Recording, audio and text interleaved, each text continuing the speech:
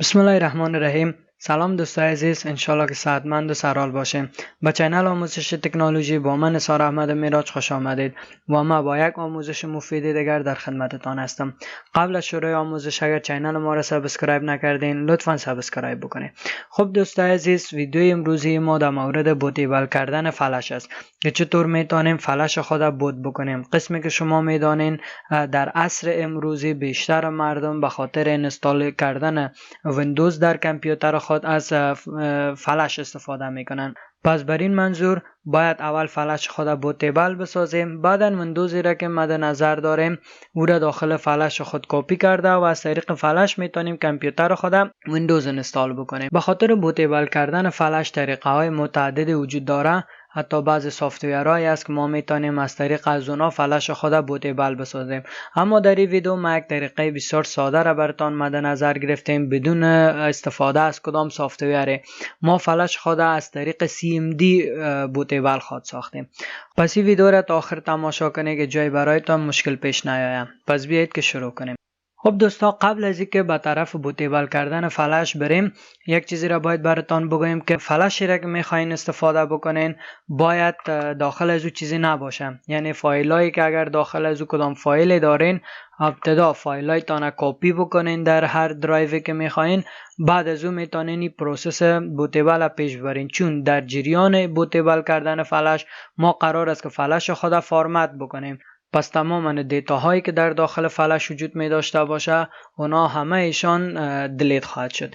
خب فلش را که ما در نظر گرفتیم دوستا 32 جی بی است و ویندوز را که ما مد نظر گرفتیم ویندوز 11 است که میخوایم ویندوز 11 را در فلش خود کپی بکنم. خب به خاطر بوتیبل کردن شما میرین به استارت منیو، نوشته میکنین CMD، بعدا راست کلیک و میگین رن از ادمنستریتور. خب دوستا در اینجا نوشته میکنیم دسک پارت و این فرق نمیکنه که با حروف کوچک نوشته بکنین یا حروف بزرگ. بعدا نوشته میکنیم لیست دسک تا ای که دسک هایی که در کامپیوتر ما موجوده سوره بیاره.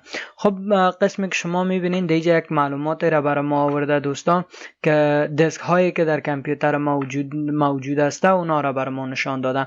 در این کامپیوتر دو دسک وجود داره که یکیش دسک 0 مربوط به هارد دسک میشه که حافظه‌اش هم تقریبا 500 جی بی است و دسک یک مربوط به فلش ما میشه. قبل از اینکه پروسس بوتیبل کردن فلش ادامه بدیم باید در این قسمت دسکی که مربوط به فلش ما میشه او را تشخیص بدیم و این دسک هم میتونیم از روی حافظه همون فلش ما تشخیصش بدیم و فلشی را که ما انتخاب کردیم او 29 جی بی است. پس از اینجا میفهمیم که دسک یک مربوط به فلش ما میشه.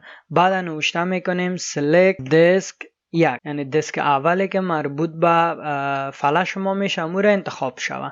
بعدا میگیم کلین، بعد از اون نوشته میکنیم create partition primary، یعنی زمانی که ما اینجا گفتیم کلین پس تماما پارتیشنی که مربوط به فلش ما میشد همه از او پاک شد و ما اینجا دوباره همون پارتیشن ایجاد میکنیم. بعد از اینکه نوشته کردیم create partition primary انتر میکنیم. بعد از اینکه پارتیشن در کامپیوتر ما ایجاد شد میگیم select partition 1، بعد انتر و در اینجا میگیم که اکتیو، یعنی اون پارتیشنی را که ما ایجاد کردیم فعال بسازشه. بعد در قسمت نوشته میکنیم فرمت FS، یعنی فایل سیستم مساوی به NTFS و بعد از او دوستان نوشته میکنیم کویک، چون اگر همی کلمه کویک نوشته نکنیم احتمال داره که فرمت کردن فلش ما بسیار زمان طولانی را در بر بگیره. پس کویک نوشته میکنیم تا ای که زودتر فلش ما را فرمت بکنه و در چگونگی فرمت فلش کدام تغییری نمیآید. پس انتر میکنیم. بعد از اینکه فلش ما فرمت شد نوشته میکنیم assign تا ای که یک درایو را در کامپیوتر مربوط به این فلش ما بسازه. انتر میکنیم و تمام. فلش ما فعلا بوتیبل شد. بعدا اگزیت تا از دسک پارت خارج شوه و بعد از او باز اگزیت میگیم تا ای که از CMD خارج شویم. خب دوستا، فلش ما فعلا بوتیبل شده و آماده کپی کردن ویندوز است اینی فلش ماست که فعلا کاملا بوتیبل شده. ما ویندوز را که مد نظر دارم ویندوز 11 است و فایل ISO است. اگر میخواین بدانین که چگونه از فایل ISO استفاده میکنین، من لینکش در بالا هم براتون میتم و در دسکریپشن هم شما لینکش پیدا کرده میتونین که برین و ویدیو را ببینین که به چه شکل شما میتونین از فایل ISO استفاده بکنین.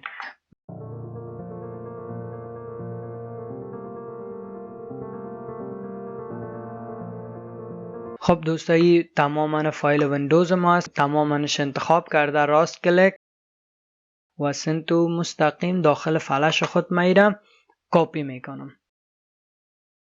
حالا منتظر می باشیم تا ای که همی فایل ویندوز ما به طور کامل به داخل فلش ما کپی شود.